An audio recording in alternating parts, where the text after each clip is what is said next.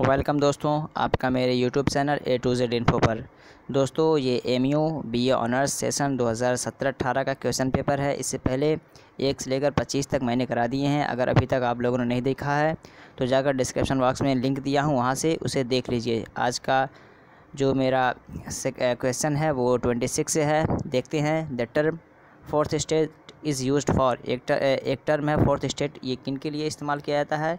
तो मैं इसका आंसर बता के आगे बढ़ूंगा। तो मैं इसका आंसर बता रहा हूँ। इसका जो राइट आंसर है वो आपका है press and news. Press and news के लिए फोर्थ स्टेट यूज़ होता है। Next second, the first 5 year plan in India was formed. कह रहा है कि इंडिया में फर्स्ट 5 ईयर प्लान कब स्टार्ट हुआ था। ये स्टार्ट हुआ था आपका 1951 से लेके 56 के बीच में ये आपका स्टार्ट हुआ था। नेक्स्ट देखते हैं। When was our national anthem first sung and where. कह रहा है कि हमारा जो नेशनल एंथम है, राष्ट्रीय गीत, वो कब और कहाँ गाया गया था। तो 28 का जो राइट ऑप्शन है वो आपका है डी। ये आपका गाया गया था कलकत्ता में। और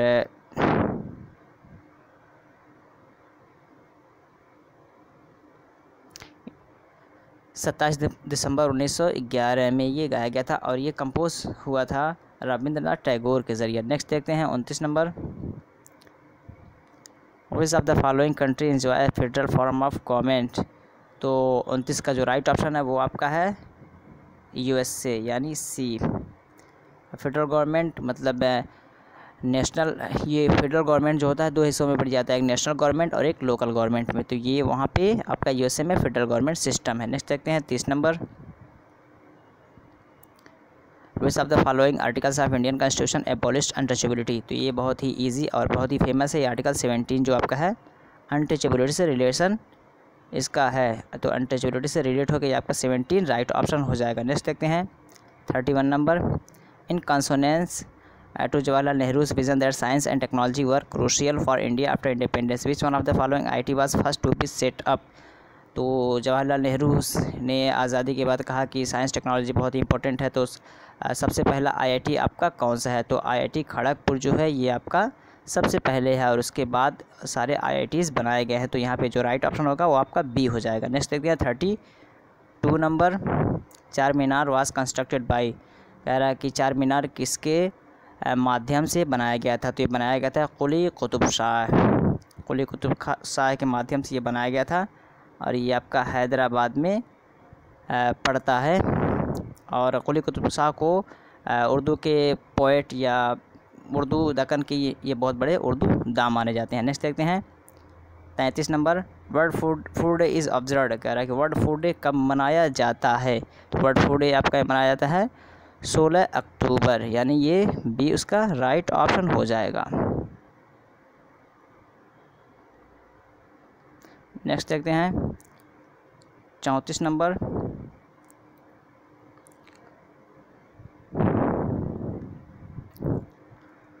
what is the reason for India being a major producer of different varieties of fruit and vegetables. कह रहा है कि हिंदुस्तान में डिफरेंट टाइप के फ्रूट और वेजिटेबल्स जो पैदा होते हैं उसका रीज़न क्या है। तो ये 34 का जो राइट ऑप्शन है ये आपका हो जाएगा variation in its agro climate condition. Climate condition की वजह से ये डिफरेंट टाइप्स फ्रूट्स वेजिटेबल्स प्रोड्यूसन ज़्यादा होता है। तो ये सी इसका राइट ऑप्शन हो जाएगा। नेक्स्ट देखते हैं 35 number. Who among the following is also known as iron lady of Manipur. कह रहा है कि इनमें से आयरन लेडी ऑफ मणिपुर किसे माना जाता है। तो माना जाता है शर्मिला इरोम। उनका पूरा नाम है इरोम चानू शर्मिला। तो ये डी आपका राइट ऑप्शन हो जाएगा। डी आपका राइट ऑप्शन हो जाएगा। 36 नंबर देखते हैं। The third largest river in the world by discharge, it is also the fifth most polluted river in the world. Which river is this formed by the confluence of the Alaknanda and Bhagirathi. तो ये पूछ रहा है कि world level से जो तीसरे number का लार्जेस्ट रिवर है वो कौन सा है और फिफ्थ नंबर वर्ल्ड लेवल पे पॉल्यूटेड यानी गंदगी के अकॉर्डिंग कौन सा है। और जो कि आपका दो से संगम होता है, जिनका अलकनंदा और भागीरथी रिवर से संगम होता है, वो आपका है 36 का सी, यानी गंगा रिवर। गंगा रिवर यहाँ पे राइट ऑप्शन हो जाएगा। ये थर्ड है वर्ल्ड लेवल से, और पॉल्यूटेड के अकॉर्डिंग देखा जाए तो ये 5th नंबर पे है। तो ये भी आपको पता चल गया। नेक्स्ट देखते हैं 37 number, the book Wings of Fire is the autobiography of APJ Abdul Kalam. तो ये 36 का जो आपका है ये बी राइट ऑप्शन हो जाएगा। बहुत ही फेमस बुक है, बहुत ही पूछे जाने वाला एग्ज़ाम में बुक है ये। नेक्स्ट देखते हैं 38 number, Keenan stadium a multipurpose stadium mostly use for cricket matches is eight.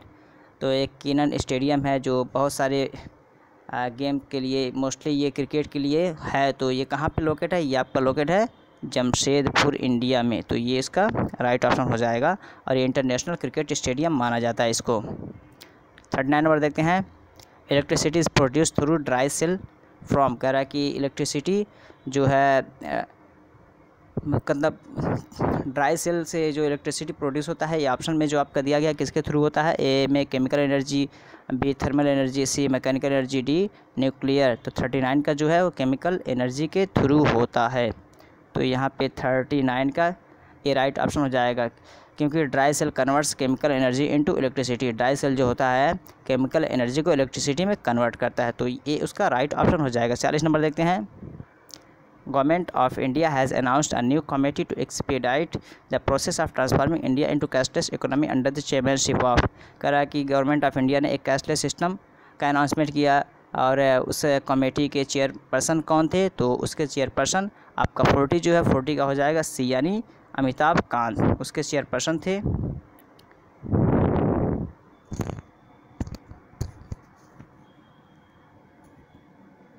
सी इसका राइट ऑप्शन हो जाएगा। नेक्स्ट देखते हैं 41 number, which of the following work on the archaeology of Indian monument the आसार सनादीद इज़ बाई। कह रहा है कि एक बुक है आसार सनादीद, ये किसके माध्यम से लिखी गई? जो कि इंडियन मोनूमेंट्स आर्कियोलॉजिकल सिस्टम को दर्शाता है। तो ये किताब लिखी गई सर सैयद अहमद ख़ान। तो ये सी उसका राइट ऑप्शन हो जाएगा कि ये बुक सर सैयद अहमद ख़ान के माध्यम से लिखी गई, और ये MU का पेपर है, तो इसको आप ध्यान में रख के जाइएगा। नेक्स्ट देखते हैं 42 number, who is the chairperson of national commission of minorities. कह रहा है कि नेशनल कमीशन ऑफ माइनॉरिटीज़ का चेयरपर्सन कौन है? तो ये 17-18 के अकॉर्डिंग पूछ रहा है। तो 42 का यहाँ पे जो राइट ऑप्शन होगा मुख्तार अब्बास नकवी। ये उसके अकॉर्डिंग ये आपका ये राइट ऑप्शन हो जाएगा सी।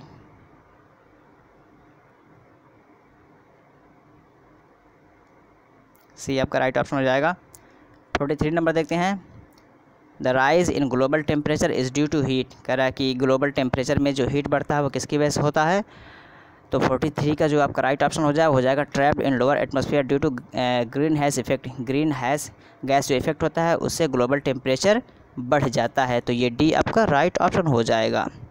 44 नंबर देखते हैं, which one among the following is used in making lead pencil. कह रहा है कि इनमें से कौन सा है जो लीड पेंसिल बनाने में काम आता है? ये भी बहुत ही पूछे जाने वाला क्वेश्चन है, ये भी इस बार आपको देखने को मिल सकता है। तो ये आपका जो है वो आपका है ग्रेफाइट, यानी बी इसका राइट ऑप्शन है। 45 नंबर देखते हैं, sodium metal should be stored in. कह रहा है कि सोडियम मेटल इसे कहाँ पे रखा जाना चाहिए? Alcohol, kerosene, oil, water. तो इसको रखना बेटर होता है और प्रोटेक्टेड होता है ये आपका केरोसिन ऑयल में, क्योंकि रिएक्टिव ये बहुत ज़्यादा होता है। इसको केरोसिन ऑयल में रख के इसको स्टोर किया जाता है और मेंटेन रखा जाता है। 46 नंबर देखते हैं, the word vaccination has been derived from a Latin word which relates to. एक वर्ड है वैक्सीनेशन, ये लैटिन से लिया गया है। इसका मतलब क्या है? तो इसका मतलब जो है आपका है काऊ, वक्का, ये काऊ से है, और एक डिजीज़ काऊ मतलब गाय को डिजीज़ हो जाती है उसका एक टीका है। तो ये जो लेक्सिकल मीनिंग इसका देखा जाए तो ये काऊ से रिलेट करता है। नेक्स्ट देखते हैं 47 number, which one of the following disease in human can spread through air. कह रहा है कि इंसान में कौन सी ऐसी बीमारी होती है जो एयर से स्प्रेड करती है, यानी हवा में बहती है या फूंक से वो कन्वर्ट हो जाता है। तो आपका ट्यूबरक्यूलोसिस, ये भी उसका राइट ऑप्शन है। इसके अलावा और कोई एयर से स्प्रेड होने वाली बीमारी नहीं है। डेंगू, HIV, एड्स, गोइटर, ये सब हवा के थ्रू आप तक नहीं पहुंच सकती। 48 नंबर देखते हैं, which one among the following is a micro nutrient present in soil for various crops. कह रहा है कि मिट्टी में कौन सा ऐसा न्यूट्रिएंट पाया जाता है जिससे फसल अच्छी होती है, तो आपका पाया जाता है मैग्नीशियम। ये सी जो है आपका है, ये राइट ऑप्शन है मैग्नीशियम। इस मैग्नीशियम की वजह से magnesium is a very useful nutrient for plants को ये बहुत ज़्यादा न्यूट्रिएंट प्रोवाइड करता है जिससे फसल अच्छी होती है। तो 48 का सी राइट ऑप्शन हो जाएगा। 49 देखते हैं। And then one day a memoir is an autobiography of, एक बुक है एंड देन वन डे, ये एक यादगारी किताब है और एक ऑटोबायोग्राफी है। किसकी है? ये आपके ऑप्शन जिस तरह दिया है उसके अकॉर्डिंग ये आपका सी राइट ऑप्शन हो जाएगा। नसीरुद्दीन शाह की ये ऑटोबायोग्राफी है। 50 नंबर देखते हैं और आज का लास्ट है ये। The headquarter of UNESCO is located in, कह रहा है कि यूनेस्को का हेडक्वार्टर ये कहाँ पे लोकेट है, कहाँ पर है? तो ये आपका है पेरिस में। तो ये इसका राइट ऑप्शन हो जाएगा। और इसका इनॉग्रेशन हुआ था आपका 1958 में।